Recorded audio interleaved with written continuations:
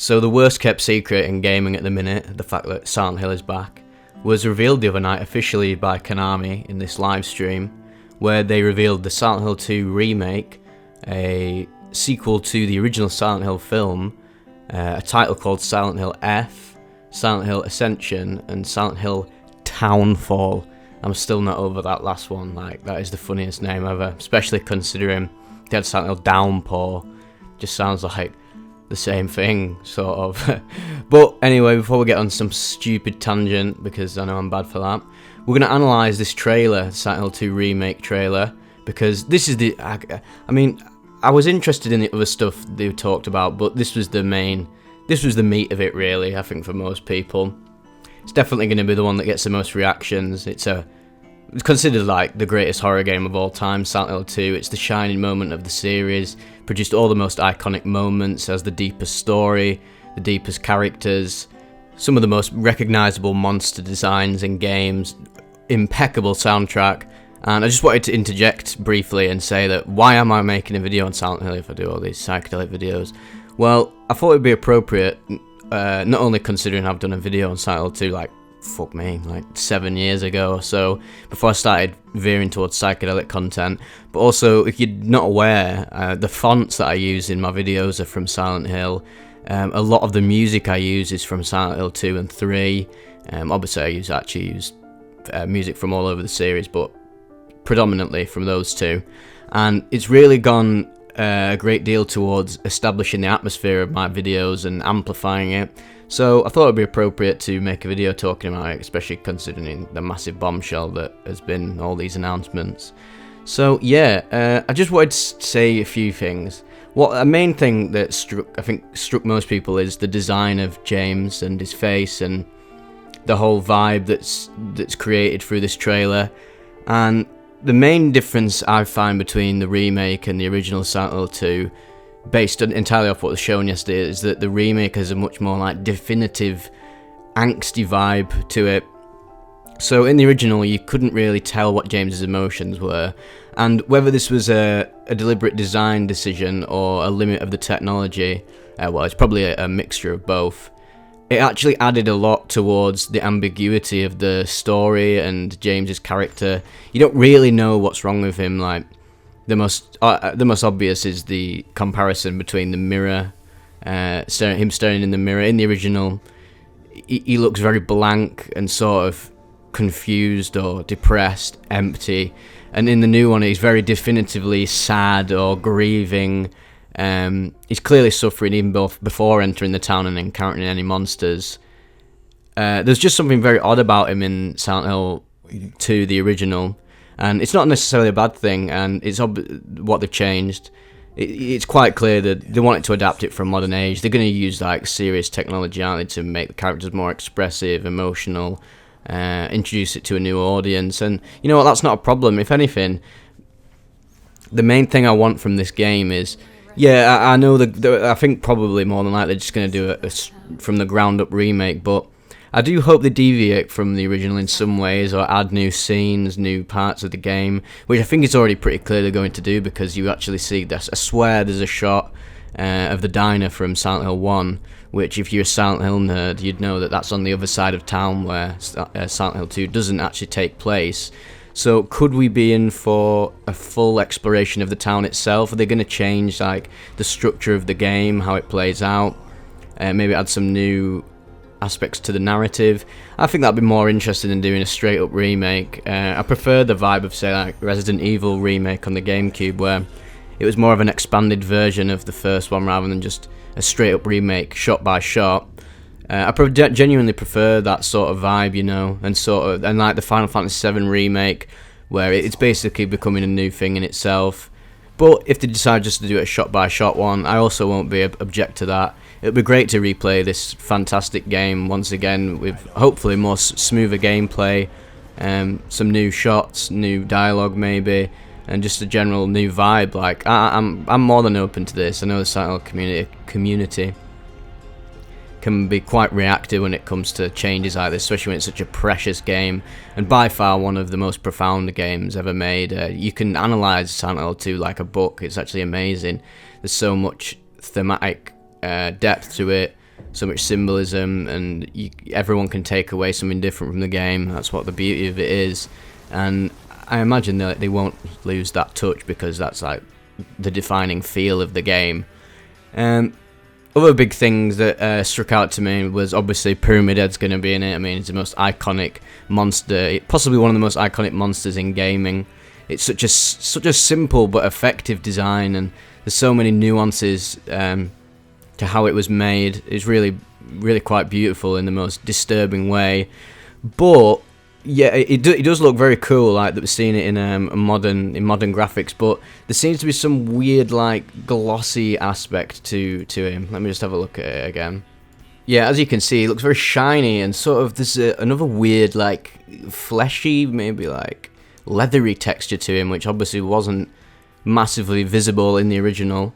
Although the fact that Masahiro Ito is on board means that he must have given him the thumbs up. He must have approved of the design. It's not actually a big deal, really. It's probably just the lighting, and at the end of the day, they're going to improve the lighting, aren't they? The lighting of the original was held back by the tech. If this is the original vision for Pyramid Head, then fair play, and it would be nice to see more of them in the game. I'm pretty sure this is just one shot, so it's best not to overanalyze, really.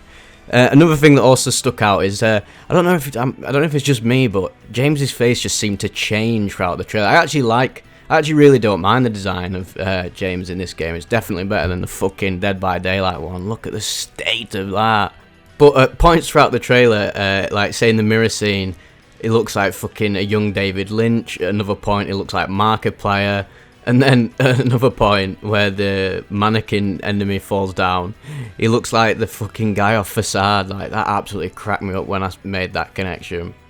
The only other major thing I have to say about the remake is I hope that it doesn't go. I know that it will do, because I mean, this is just the modern age, innit? We live in like a seriously minimalist age at the minute in terms of art and culture and music.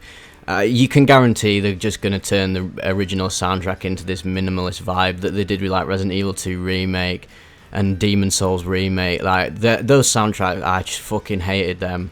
There was some highlights of them, there's some good parts and some respectable changes and reductions in the sound, but for the most part, really, they just did not hold a candle to the original at all. If there's some option, they'll just sell this as DLC, won't they? There'll be an option to change to the original soundtrack, a la the Resident Evil remake games. I'll definitely be using that, unless somehow, I guess here Akira Yamaoka is involved in it, so hopefully he decides to take it in a new direction, but not too minimalist, because I'm just not a fan of that. But either way, if there's an option to change to the original, then happy days. And yeah, I'm really excited for it. I don't care that they're changing all this stuff and changing James's design. I'm just happy to be able to replay one of my favourite games again with a new coat of paint. It's exciting, and hopefully don't have to wait too long. It looks pretty far ahead, the development, so maybe only have a year to wait or so, which would be fucking buzzing, to be fair. As for the other stuff, I don't know. I'm not really bothered, to be honest. The only one that's looked interesting to me is Silent Hill F, and even so, the first thing I thought was, okay, they're setting it in Japan. They're realistically just attaching the Silent Hill name to it because it's a profitable name, recognisable. The whole point of Silent Hill is that it's set in America, in this town called Silent Hill. I imagine they'll go to a stretch to incorporate it into the lore, a bit like how they did Resident Evil Village, incorporating like that one into the lore of the first game. I don't know. The fact that it's being made by that Ryukishi 7, I believe he's called. He apparently wrote like Higurashi. I remember watching that back in the day when I was younger, and I guess it's fine. I'm just not a fan of like anime writing or Japanese writing when it comes to stuff like visual novels or anything. So the fact that he's writing for a Silent Hill game sort of has me worried, but a lot of people seem to be really excited for it, so I'll also reserve my disappointment in him writing it, because he could actually pull off a good one, and I'll remain cautiously optimistic. I just don't know if his writing style will translate well to Silent Hill. Apparently it's called Silent Hill Forte rather than Silent Hill F, because obviously the F, it's like a musical reference. So maybe it could be like an anthology of games where they go through like the musical keys or whatever. Yeah, I don't know. And then some parts of it just reminded me of Annihilation with the flower woman. And then it reminded me of Twin Peaks season 3 when she opens her face up and chews people, if you know what I'm on about with that bit. Yeah, I don't know. Hopefully this turns out alright. Silent Hill Ascension, I don't even know what the fuck they're going on with that. Like, it's just going to be some like Twitch game or something where you vote on what happens in the story. It's going to be like some live stream game. Interesting idea, but I don't know, maybe they're taking on a bit more than they can, biting off more than they can chew. Then you've got Silent Hill Townfall. I still can't get over that name. I just find it so hilarious for some reason. I don't know, this gave me weird Silent Hill Homecoming and Downpour vibes, very westernized version of the series. Coming from very small developers. That was another thing that I noticed about Silent Hill F as well, is it's coming from the developers of Reverse, the Resident Evil multiplayer game that isn't even out yet and has had so many like problems going on with its development. That seems very risky to put it in the hands of someone so like amateurish, which is not an offence. At the end of the day, they just, I don't know, they might have more experience with other games that I'm not aware of, but the fact they don't really have a big thing to turn to in terms of making a horror game. At least that Bloober team who's making Silent Hill 2, yeah, you might not like Layers of Fear or The Medium or whatever, but they did make The Observer, which was a great horror game through and through. So it obviously can prove that they have the ability to make a great game, even if they do have a lot of other mediocre ones.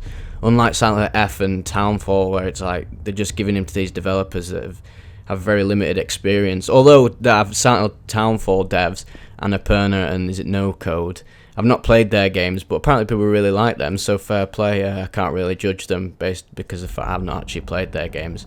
But again, strange studios to be giving these titles to, especially considering how decorated of a franchise Silent Hill is, and especially coming off the tails of Silent Hills, where Kojima, massively experienced auteur in the video game field, you had immediate confidence with him because you knew he was going to give it a unique spin that would be in line with his sort of weird mentality when it comes to games. And PT already proved that he had the ability to make a scary experience. So yeah, I don't think any of these titles will have ever stacked up to what Silent Hills could have been, but regardless of that, exciting times for Silent Hill. Oh yeah, and then there's the movie as well.